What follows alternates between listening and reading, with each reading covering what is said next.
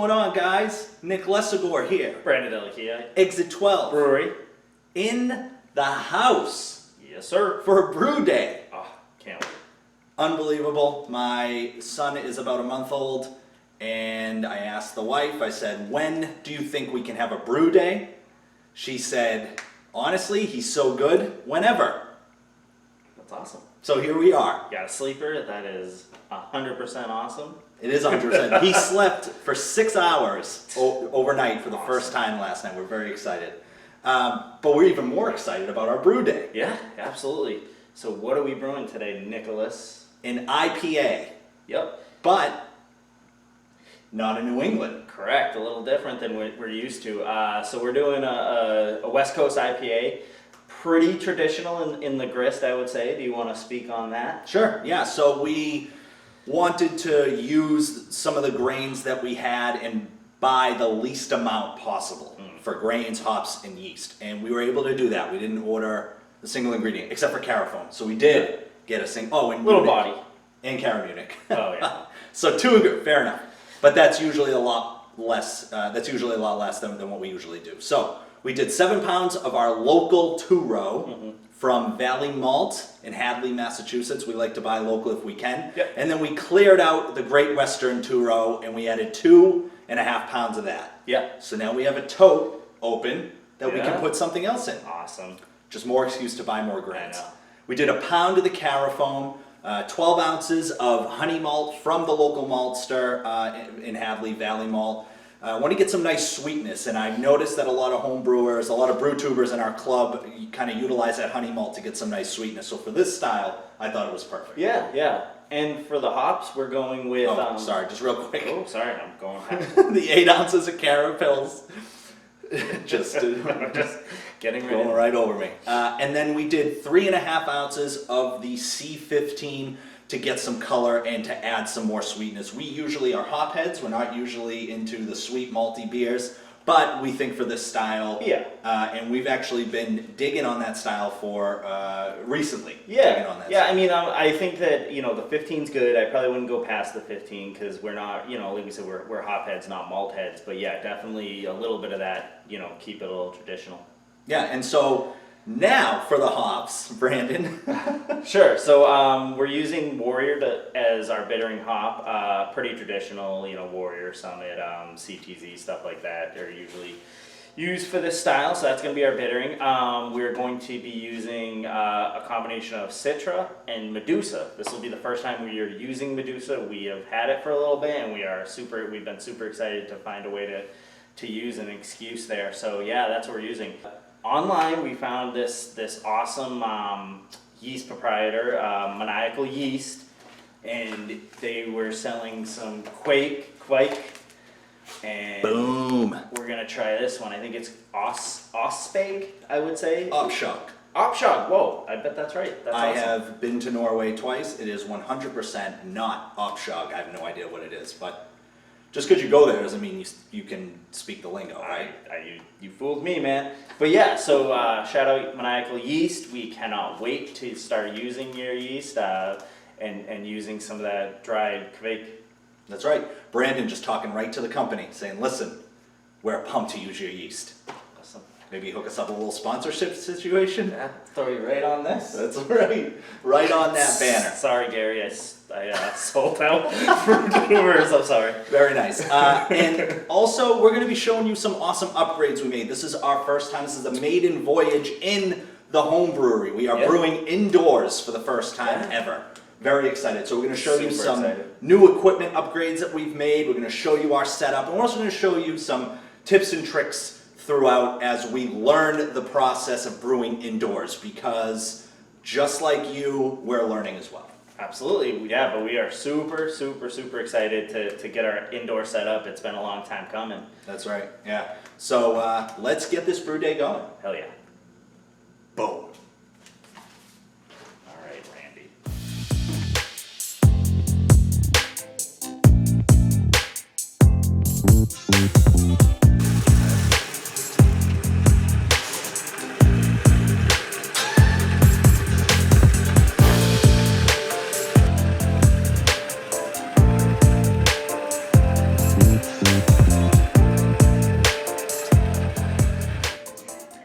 Alright, so the first time we used our new motorized grain mill, and I gotta say, we set it to the credit card width, which is what we've read online, and it is very, very nicely crushed.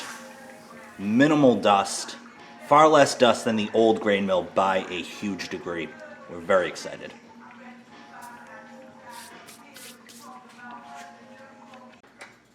Alright, time to mash in on the IPA. Boom!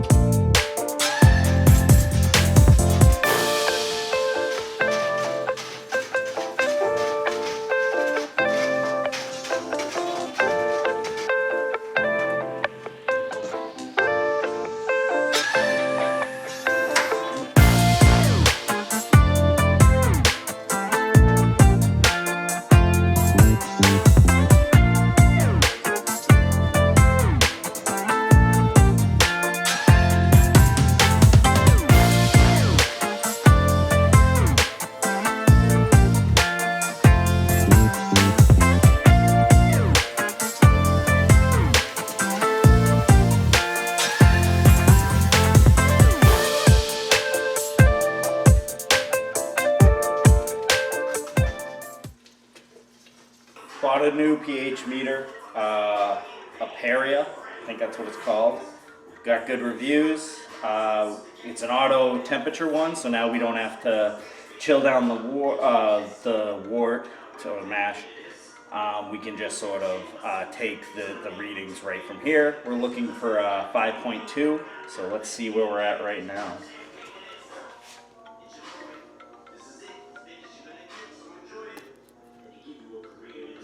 Looking for that little happy face to show up.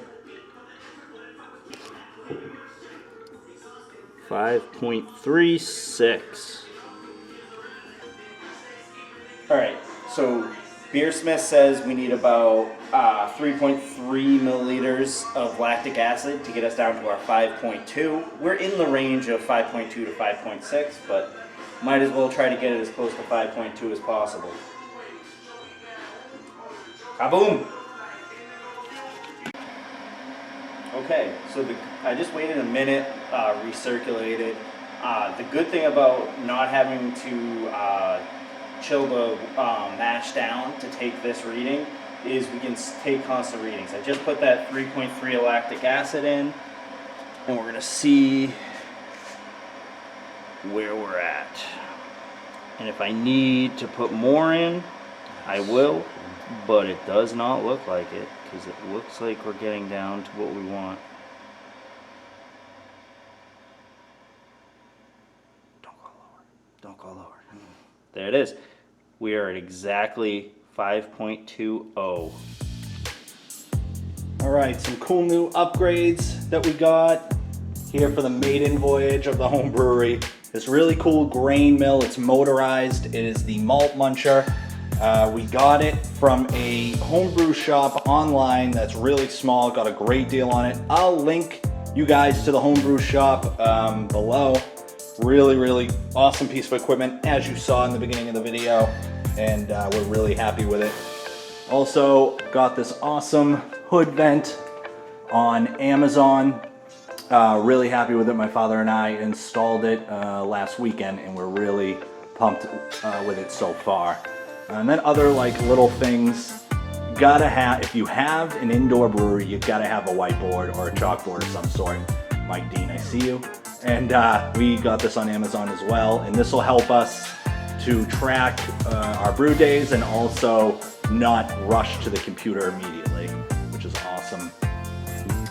And then little other things like this, an awesome grain storage, got this on Amazon as well. If you guys reach out to me, I have no problem linking you to these areas, the websites I got these on. And then lastly, oh, also Got a new pH reader, which we were showing you earlier. It's a Peria pH 60. Got it on Amazon. really happy with it. it. It worked pretty good. That's what she said.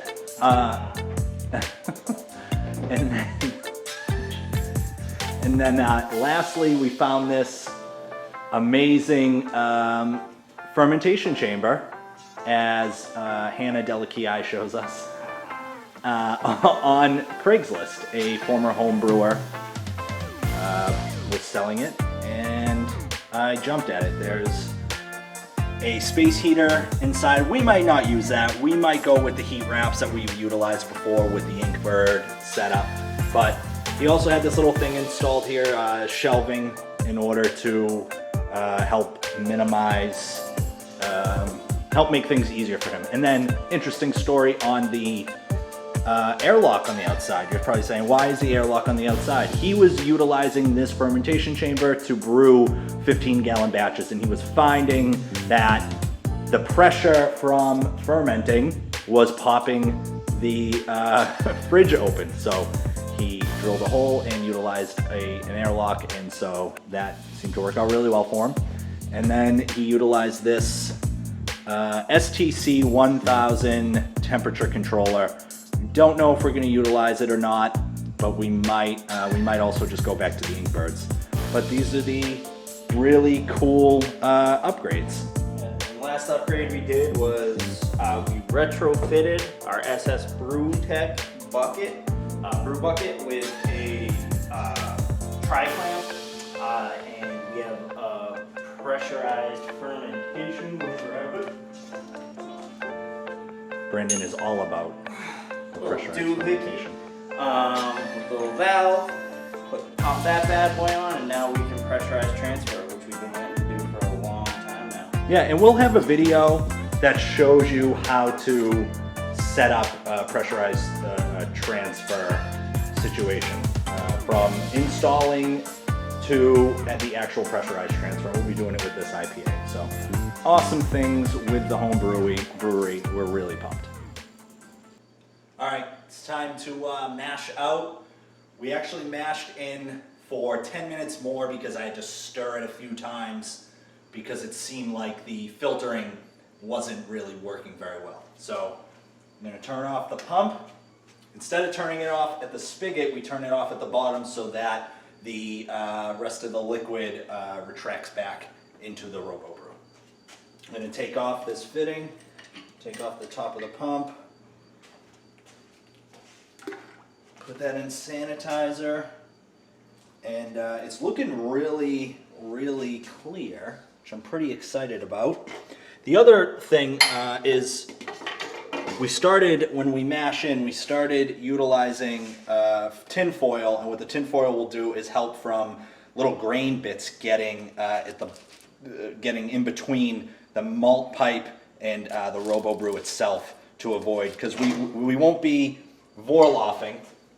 So what that does is it helps with clarity so that there aren't things rolling around in the beer while we boil. Take this off.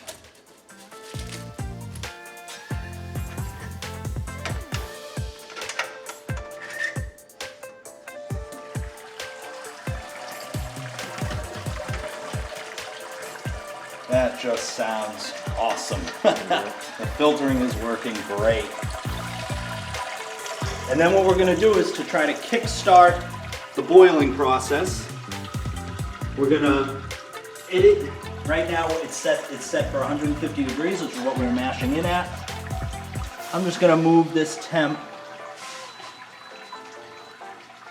up to boiling. All right, so we are done mashing in. We pulled up the malt pipe on the RoboBrew. We had to take the RoboBrew and move it from the stand that we had because we are utilizing the Brewer's Edge mash and boil to heat our sparge water, and the shelving unit we had the RoboBrew on was just too tall with the malt pipe sticking out. So we made a little minor modification. We cut this high temperature tubing, and that's how we are going to sparge. We yielded about 4 1/4 gallons, a little bit more than 4 1/4 gallons of first runnings. We should be able to come up with a solution for this in the future. We have some ideas of better ways than buckets and putting the robo on the ground, so look out for those in futures. In future videos. Jabroni. All right, we just hit the protein break. We're boiling now. I'm gonna take a quick sample to get our pre-boiled gravity.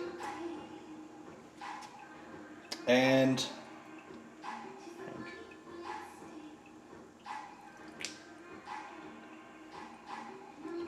we are aiming for a pre-boiled gravity of 1054.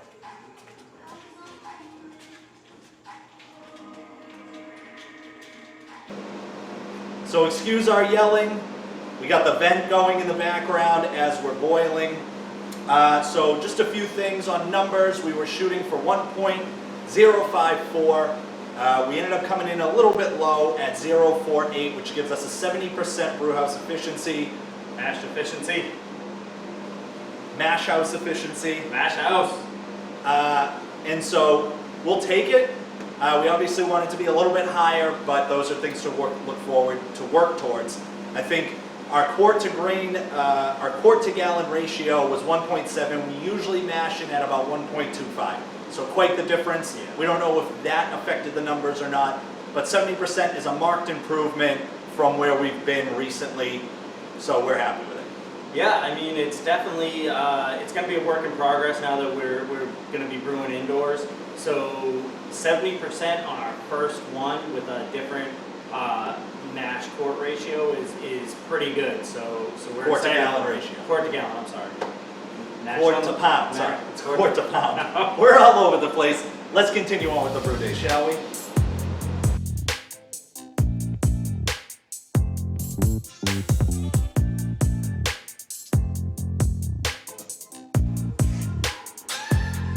Okay, so we're adding a half an ounce of Warrior at 60 minutes.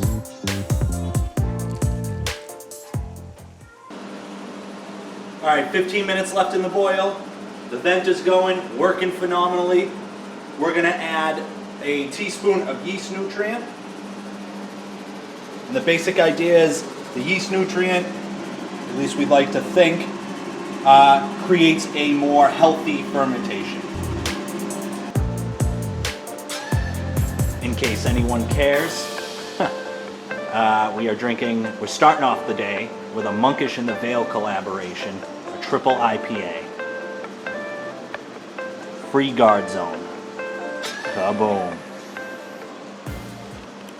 All right, we have 10 minutes left until the end of the boil. We're adding 2 teaspoons of Irish moss because this is a West Coast IPA and we want it to be clear.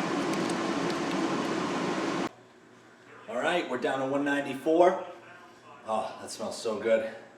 Now it's time to whirlpool with 2 ounces of Citra hops and 2 ounces of Medusa hops.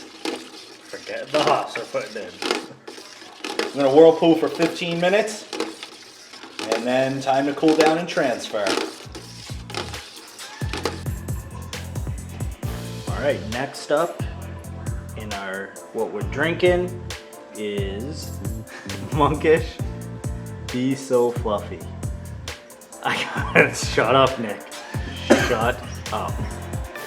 All right, guys. So we saw something on Facebook. If I remember the person, or Nick can remember the person, we'll shout him out for the Robo Brew. But it was a kind of cool thing to whirlpool. Basically, it's just a longer piece of tubing, high temp tubing, and if you put it into the wort, it sort of makes a little nice whirlpool in there. So usually we just put the recirc arm on and let it recirculate through, but this is seeming to work good. We'll let you know if it clogs the pump with all the hot matter or anything, but so far so good. So whirlpooling is over. I'm gonna turn off the pump. And we're gonna utilize our wort chiller from the outside and we're gonna run beer through it. And the way we do that is that I take these clamps, clamp the thick hosing to the rig, and then I'm gonna undo this high pressure tubing We're still going to utilize the pump. We're going to utilize the pump to run it through the wort chiller.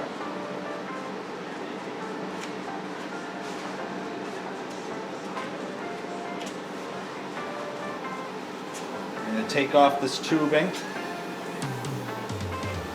Stick that in the sanitizer. And I'm going to take this high pressure tubing that we have. Now when I cleaned and sanitized the RoboBrew, I ran this exact setup so that the chiller was all ready to go. We didn't have to do any prep after. So I'm going to plug this in.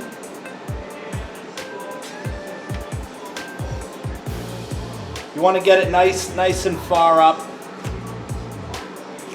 And then we're going to run it through the chiller, filling the bucket with ice water. And we're back. Okay, so we got our wort chiller set up. Basically, we run the wort through the pump, through the high pressure tubing. It goes into the wort chiller. What we do with this is we fill it up to about right above the wort chiller with water. And then we sporadically put a little ice in there. And I can show you that right now because we could use a little more. You can also put a little salt in there if you like. It runs up the other end. We clamp down the hose, and then we use this little strainer to get any hot particles out. We pretty much, we've done this a few times now, probably about 10 times, and we think we've gotten it pretty down pat, where the pump doesn't clog up on us. So that's what we do, man. We're gonna chill this down, and then we'll put it in the fermenter. All right, we are all done. Let's shut the vent off. We're all done cooling the beer. We're at 80 degrees. We're using that strain of the Kvik. So we're going to be fermenting right around 80 degrees. So now it's time to transfer to the fermenter.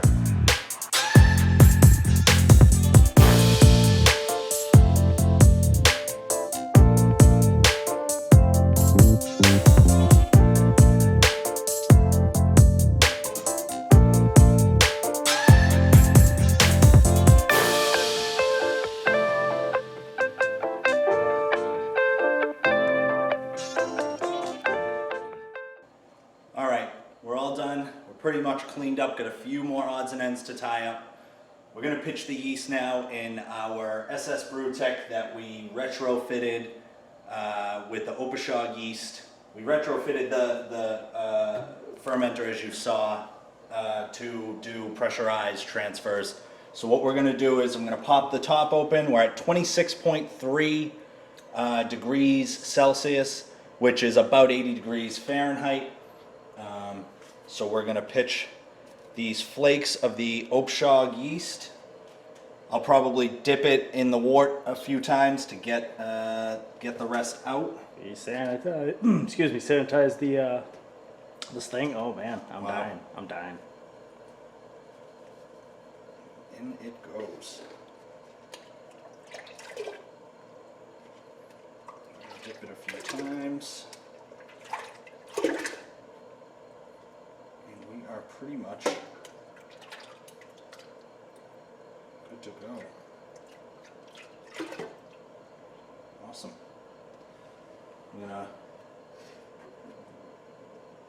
make sure everything is all set. The sensor is in the beer.